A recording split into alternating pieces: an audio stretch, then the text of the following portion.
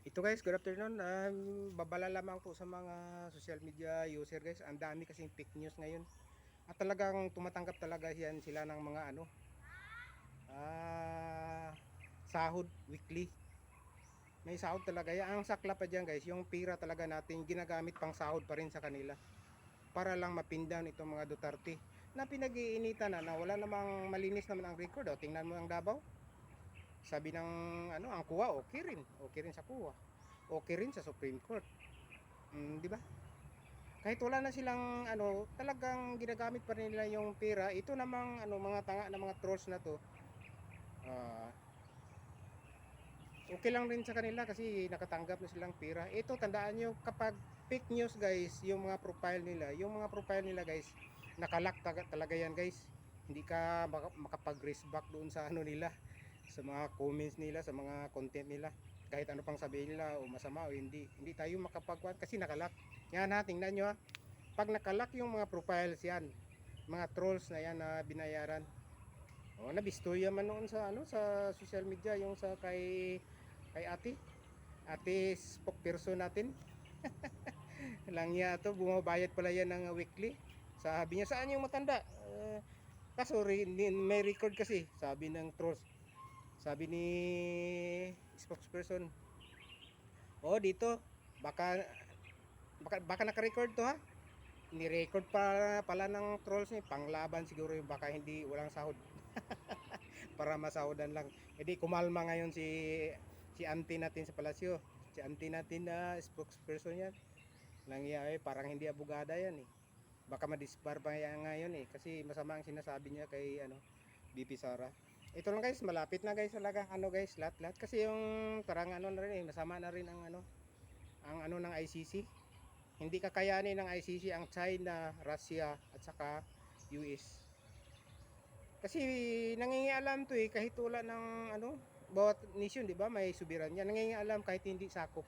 Hindi naman talaga sakop ang Pilipinas, wala na sa ICC. Pati Russia, lahat ng bansa na iniinitan nila, yung wala talagang yan.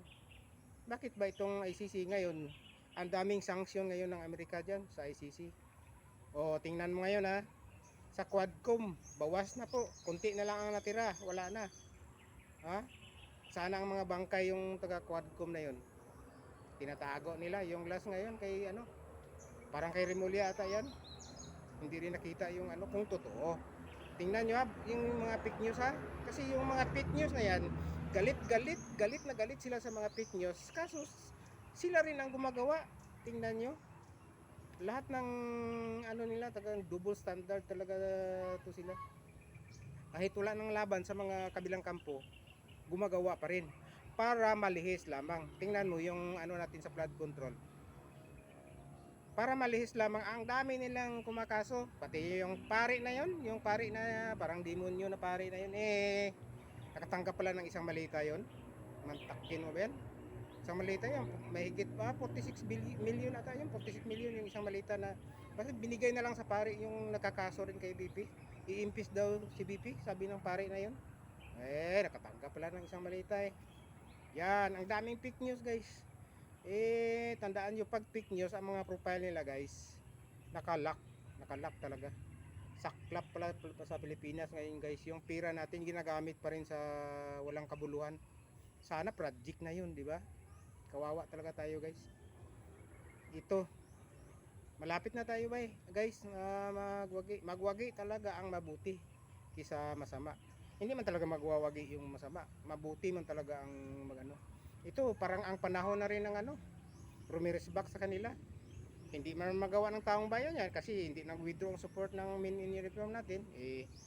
Panahon na lamang po ang hihilom tayo makakaganti sa pamagitan ng mga panahon. Tingnan mo, nagbawas na sila mga politiko, wala na. ICC may bawas na rin, nabawasan na rin sila, konti na lang ang mga politiko.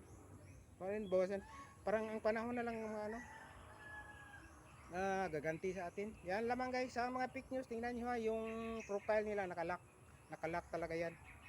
Langya, pira pa natin yan ng binabayad yan sa mga trolls na yan. Tandaan nyo, nakalock ang mga profile. Yan lamang guys. Bye bye. Belated Happy Christmas and Happy New Year na lang po. Thank you so much.